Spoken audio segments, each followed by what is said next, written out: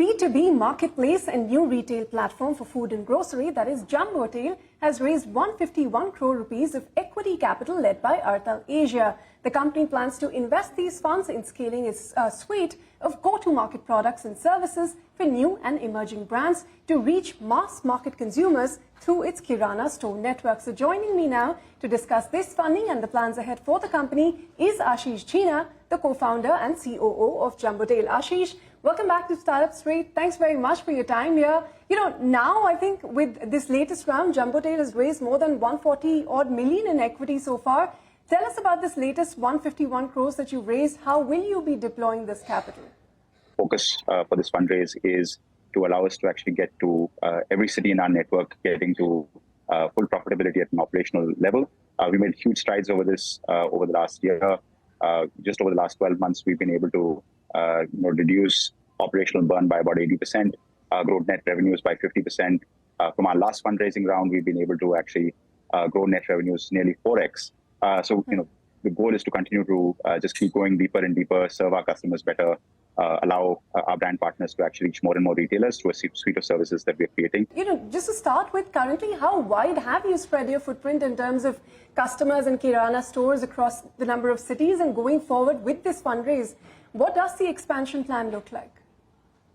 The focus of the fundraise, Ritu, and we're one of the, I think we're the only company, not just in India, but in the world, that has actually managed to demonstrate that it is possible to build a profitable business, reaching Kiranas with no sales force, 100% of our orders coming through the app. We have over 150,000 Kirana stores on our network across large number of urban areas across the country. We're a national footprint. And the goal is to continue to go deeper into those cities. We're still small fraction of the share of wallet that we believe we can get to. And the anticipation is that every one of those cities that we operate in will be profitable at an operational level before the end of the year. Some will get there sooner, some were very close, but every city in the network will get there over the course of this year. Well, Ashish, no doubt that the Kirana stores in India control a significant portion of the food and grocery market. But what we're also seeing at least play out in the urban areas and maybe tier 2 cities as well is the deeper penetration of various grocery apps and, the promise of delivery in a few minutes, if not within a day. How are you using AI to compete with them to get this larger wallet share of the customers you're servicing? I think from our perspective, any innovation is great. We are a big believer in the fact that the role of digital is extremely important. 100% of our sales, as I mentioned earlier, come through Kirana's coming to our app. There's no sales force on the ground, which obviously gives us a huge cost advantage, but also gives us access to multiple levers that we use AI to actually personalize for Kirana stores. The ability to actually discover new products, it creates a level playing field for brands that are trying to reach these Kirana stores, irrespective of how big or how small they are, really trying to create that level playing field. Obviously, use a lot of technology also on the supply chain side of our ecosystem. We do tens of thousands of deliveries every day through our own supply chain. We help connect retailers to NBFCs using a lot of our proprietary data, which allows retailers who are not necessarily part of the formal credit economy to actually see, to be able to access credit. And this is where a technology company through and throughout. Our J24 business, which actually helps Kirana stores actually convert their stores into omni-channel convenience grocery stores, is again some place where we see, we believe that's what the future of Kiranas is going to be. It's an opportunity for people who are running Kirana stores to turn their stores into what we believe the convenience grocery stores of the future are. When do you expect to be a fully profitable, cash flow positive company? All in due time, Ritu. I think when you're chasing a very big pie, and this is probably one of the largest businesses that you can build in this country, it is a very large portion of our consumption, food and grocery. There is a certain amount of scale that is required to actually get to that point.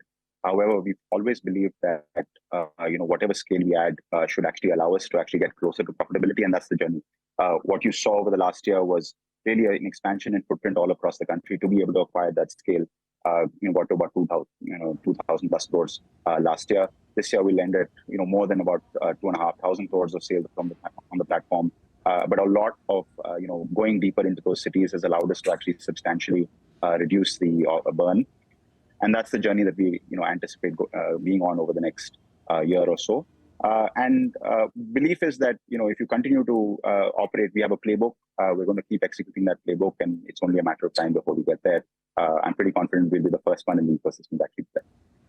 If you could give us some sense of how you're tracking for FY24 in terms of your GMV growth and the revenue that you're eyeing. I think focus right now, I don't want to talk about, we should end, 2,600 crores, this financial year.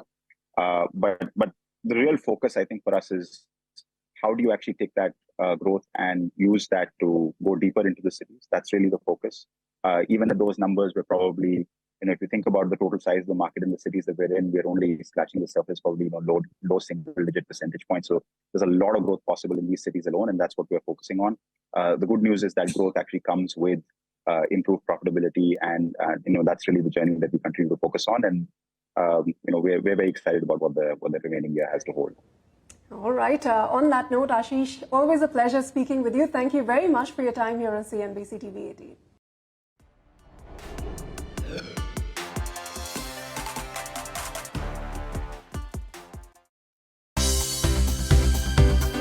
For more news and updates, all you need to do is follow CNBC TV 18 on all of our digital platforms.